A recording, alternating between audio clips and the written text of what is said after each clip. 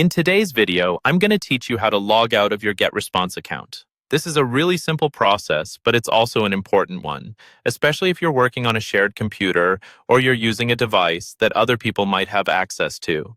Logging out properly helps keep your email marketing data, your contacts, and your campaigns secure. So let's walk through exactly what you need to do.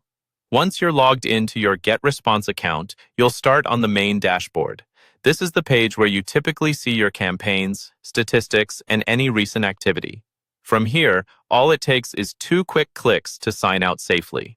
First, move your attention to the top right corner of the dashboard. You should see your profile area there. Depending on your account, this may be displayed as a small profile picture, your initials, or a generic user icon. Go ahead and click on that profile icon. This click is going to open a drop-down menu with several options related to your account. When the drop-down menu appears, take a moment to look toward the bottom of that menu. Among the options, you'll see one labeled Log Out. This is the option that ends your current session and signs you out of your Getresponse account. Now simply click on Log Out. Once you've clicked it, Getresponse will close your current session, and you should be taken to the login page or a confirmation screen, depending on how the platform is currently set up. If you see the login screen asking for your email and password again, that's a good sign that you've successfully logged out.